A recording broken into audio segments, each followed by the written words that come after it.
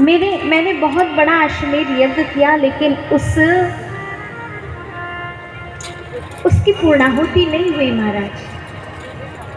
महाराज कल बहुत बड़ा यज्ञ था, तो क्या आपने मेरे यज्ञ में भोजन प्रसादी ग्रहण की? युधिष्ठिर ने उन संत से पूछा। संत ने कहा, ऐसे वैसी जगह जाकर मैं भोजन प्रसाद ग्रहण नहीं करता। बोले महात्मा कैसे भोजन प्रसाद ग्रहण करते हो? बोली जो मेरी प्रतिज्ञा को पूर्ण करता है उसके यहाँ पर मैं भोजन प्रसाद ग्रहण करता हूँ। क्या प्रतिज्ञा है प्रभु आपकी? अब युधिष्ठिर को समस्या का समाधान मिल गया। समस्या क्या है कि जब तक महात्मा जी, जब तक वह संत घर पर नहीं आएंगे, राज्य में नहीं आएंगे और भोजन प्रसादी ग्रहण नहीं करेंगे, तब तक यज्ञ पूर्ण नहीं होगा। समस्या पता चल गई, समाधान भी मिल गया। अब समाधान ये है कि उन संत को प्रतिज्ञा को पूर्ण कौन करे? राजा युधिष्ठिर ने कहा कि गुरुदेव बताइए आपकी क्या प्रतिज्ञा है? कहा कि मेरी प्रतिज्ञा ये है कि जो मुझे 100 राजसूय यज्ञ का फल देगा, उसके घर पर ही मैं भोजन प्राप्त करता हूँ। अब राजा युधिष्ठिर तो और भी ज्यादा चिंतित हो गए। इतने बड़े अश्वमेध यज्ञ को पूर्ण करने में अरबों खरबों की संपत्ति जाती है, और इन महात्मा जी को मैं 100 राजसूय यज्ञ का फल कैसे दे दूं? राजन विचार करने लगे और वापस लौट आए, खाली हाथ वापस लौट आए। जब तक वो संत नहीं आएंगे तब तक यज्ञ पूर्ण नहीं होगा, और यज्ञ पूर्ण नहीं होगा तो फल की प्राप्ति नहीं होगी। अच्छा, घरों में यज्ञ करवाते हैं, आचार्यों को बुलाकर, ब्राह्मणों को बुलाकर। कितने लोग हर साल में एक बार अपने घर में यज्ञ करवाते हो? जरा हाथ खड़े करो।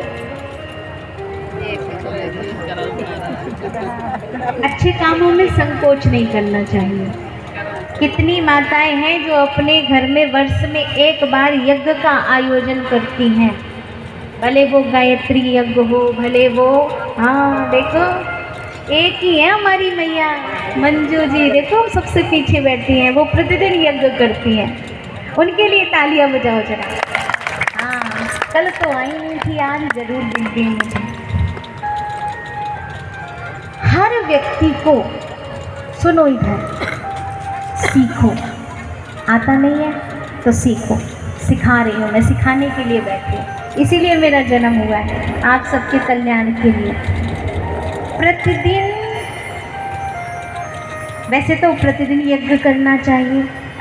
प्रतिदिन भोजन करते हो ना, भोजन यज्ञ करते हो ना, करते हो कि नहीं? साल भर ना करो तो, हाँ? साल भर ना करो तो जय जय श्री सीताराम हो जाएगा। हाँ? देखो, एक तो यज्ञ इसलिए करना चाहिए क्योंकि जब हमारा जन्म होता है तो जन्म लेते ही हम पर कुछ ऋण चढ़ जाता है। एक तो मातृ पितृ ऋण, एक देव ऋण और एक ऋषि ऋण। कितने ऋण चढ़ जाते हैं? 3। कौन कौन से? थोड़ा जोर से बोलो, कौन कौन से? पहला कौन सा है? बोलो, मातृ पितृ ऋण बोलो। दूसरा ऋषि ऋण, तीसरा देव ऋण।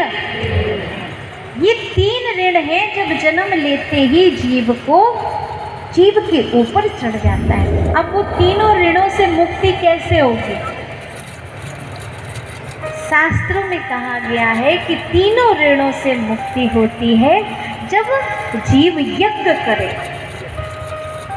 क्या करे? यज्ञ करे। अब यज्ञ का आयोजन कैसे करो? साल भर में, एक वर्ष में एक बार तो जरूर सतचंडी यज्ञ, देवी माँ भगवती कुल देवी के लिए यज्ञ, कुल देवता को प्रसन्न करने का यज्ञ, घर में सुख शांति बने रहे उसके लिए यज्ञ। इसमें से कोई भी एक यज्ञ तुम कर सकते हो। साल भर में एक बार। पूछो क्यों? पूछो क्यों? पूछती हो क्यों? इसलिए यज्ञ करना चाहिए क्योंकि पूरे साल भर घर में कभी पति पत्नी में झगड़ा हो रहा है, कभी सास ससुर में झगड़ा हो रहा है, कभी देवरानी जेठानी की नहीं पट रही है, कभी कोई मर रहा है, कभी कोई जन्म रहा है, किसी का जन्म हुआ, कोई प्रयाण कर गया। उन सबकी शुद्धि के लिए, उन सबके घर की शुद्धि के लिए, घर के वातावरण की शुद्धि के लिए, पारिवारिक शुद्धि के लिए, विचारों की शुद्धि के लिए, शरीर की शुद्धि के लिए, शरीर निरोगी रहे, परिवार में जो नेगेटिविटी इकट्ठी हो गई है उससे मुक्ति मिले, पॉजिटिविटी सकारात्मक ऊर्जा घर के हर सदस्य को प्राप्त हो, उसके लिए जरूरी है कि घर में वर्ष में एक बार जरूर यज्ञ का आयोजन होना चाहिए। अब इस कथा से प्रभावित होकर कितने लोग साल भर में एक बार यज्ञ करवाएंगे? जरा हाथ खड़े करो। और उस यज्ञ में हमको कौन कौन बुलाएगा? जरा हाथ खड़े करो। अच्छा, हमको नहीं बुलाओगे? हमने तुम्हारा कुछ कर्ज ले लिया है?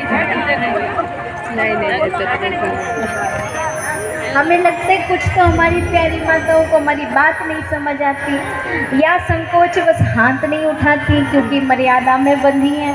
राजपूत समाज की हैं तो राजपूत समाज में कुछ मर्यादाएं होती हैं, तो उन मर्यादाओं के पालन के लिए भी शायद हाथ नहीं उठाती। ऐसे कितने लोग हैं? जरा हाथ उठाना।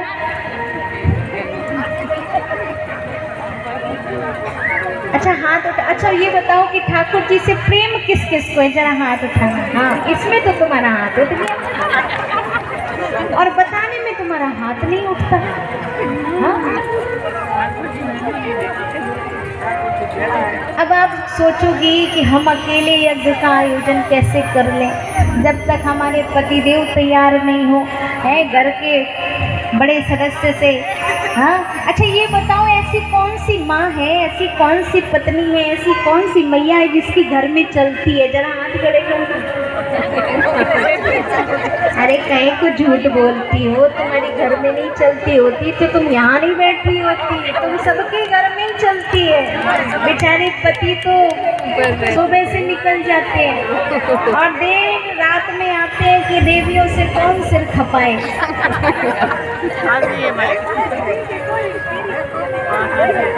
तो देखो, हाँ, क्षत्रिय परिवार में जन्म लिया, ब्राह्मण परिवार में जन्म लिया, या वैश्य परिवार में जन्म लिया, या शूद्र परिवार में, किसी भी समाज में जन्म लिया हो, जन्म लेते ही व्यक्ति पर 3 ऋण होते हैं और उनको चुकाना पड़ता है। जो इन 3 ऋणों को चुकाता है वो सदैव प्रसन्न रहता है, उसे देवताओं का आशीर्वाद मिलता है, उसे ऋषियों का, संतों का, सद्गुरुओं का आशीर्वाद मिलता है और उसे अपने माता पिता, पितरों का, पूर्वजों का भी आशीर्वाद मिलता है। इसलिए हर व्यक्ति को चाहिए कि वो 3 ऋणों से मुक्त हो सके और उसके लिए वो प्रयत्न करे। और हमारी जो शिव शक्ति महिला मंडल है, ये वर्ष में कितनी बार यज्ञ करेंगी? जरा हाथ उठाना। हाँ, क्यों?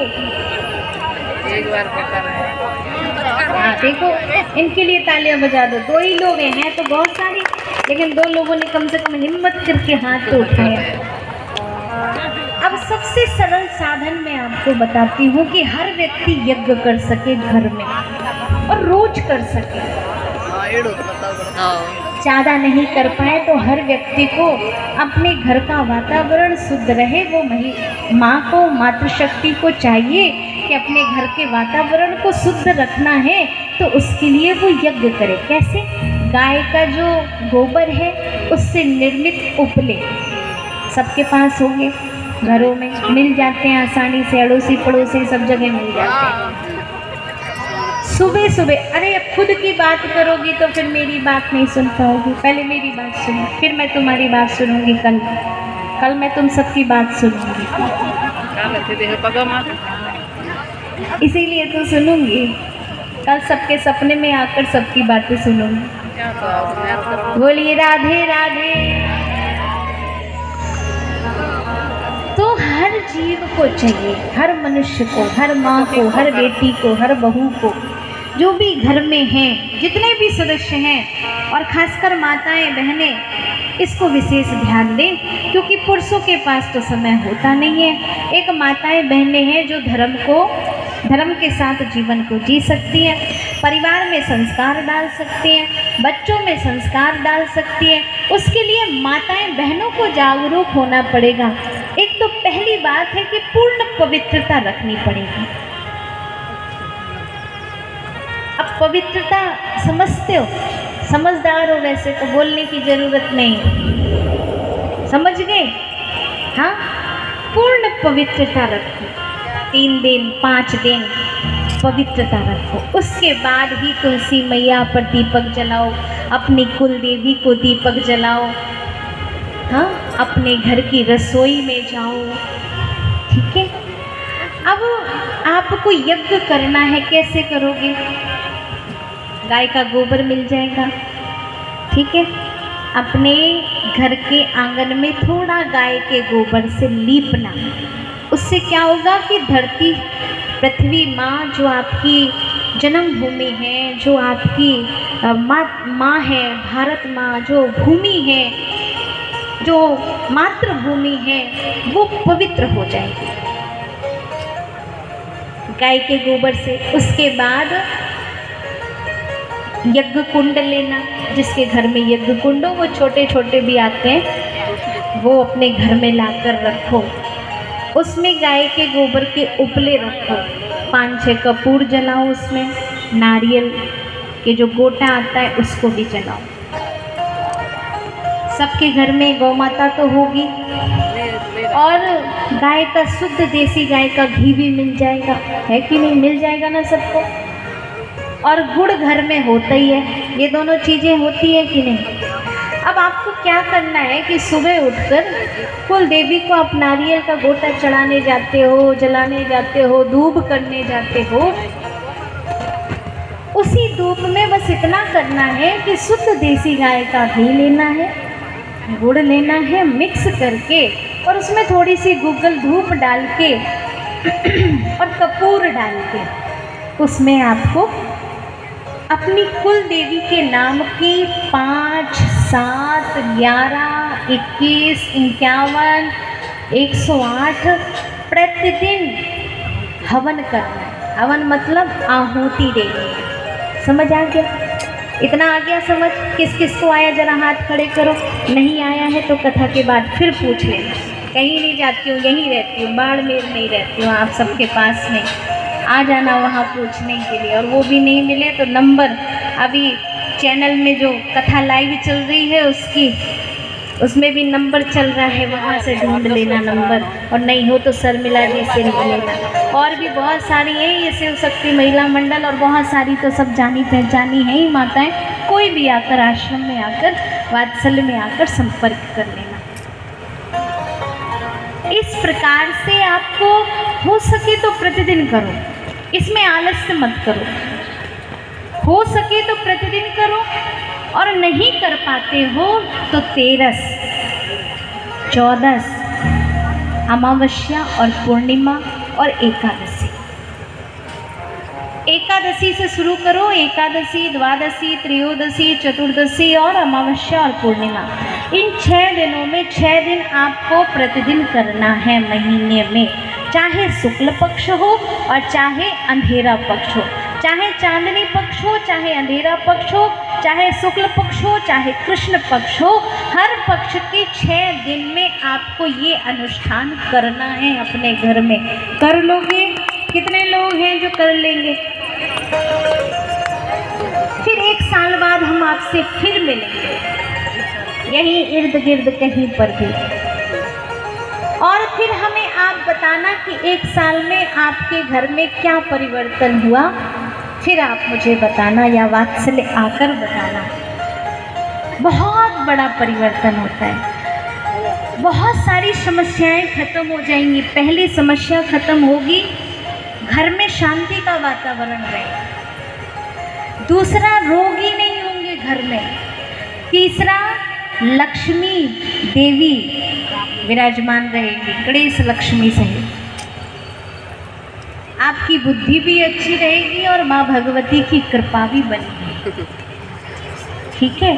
और आपको यश की प्राप्ति होगी, आपके परिवार में आपकी सामाजिक प्रतिष्ठा बनी रहेगी। अगर आप ये नियमित करेंगे बताए हुए नियमों के अनुसार पूर्ण पवित्रता से, तो माँ भगवती कुल देवी आप पर अत्यंत प्रसन्न होगी। यहाँ तक कि जिनकी संतानें नहीं हैं, जिनको संतान नहीं है, 6 वर्ष हो गए, 7 वर्ष हो गए विवाह को, अगर वो सच्चे मन से कुल देवी के पास में ये हर महीने के इन 6 दिनों में कर ले नियम पूर्वक 1 वर्ष तक, तो उसके 1 वर्ष के अंदर अंदर उसके घर में उसकी खुशियाँ वापस लौट आएंगी। ऐसी बहुत बड़ी कृपा है।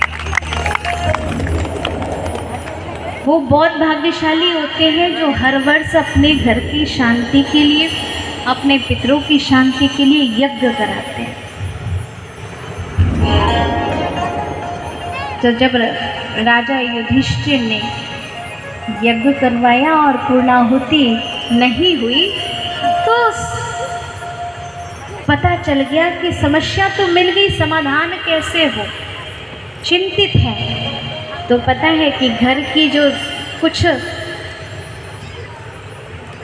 पति पत्नी का जोड़ा भगवान ने इसीलिए बनाया है कि कुछ काम पति करेगा और कुछ काम पत्नी करेगी। जहाँ पति नहीं बना पाएगा वहाँ पत्नी बना लेगी, और जहाँ पत्नी नहीं बना पाई वहाँ पति बना लेगा। आपसी सामंजस्य से दाम्पत्य जीवन सुखी रहे, जीवन में खुशहाली आए।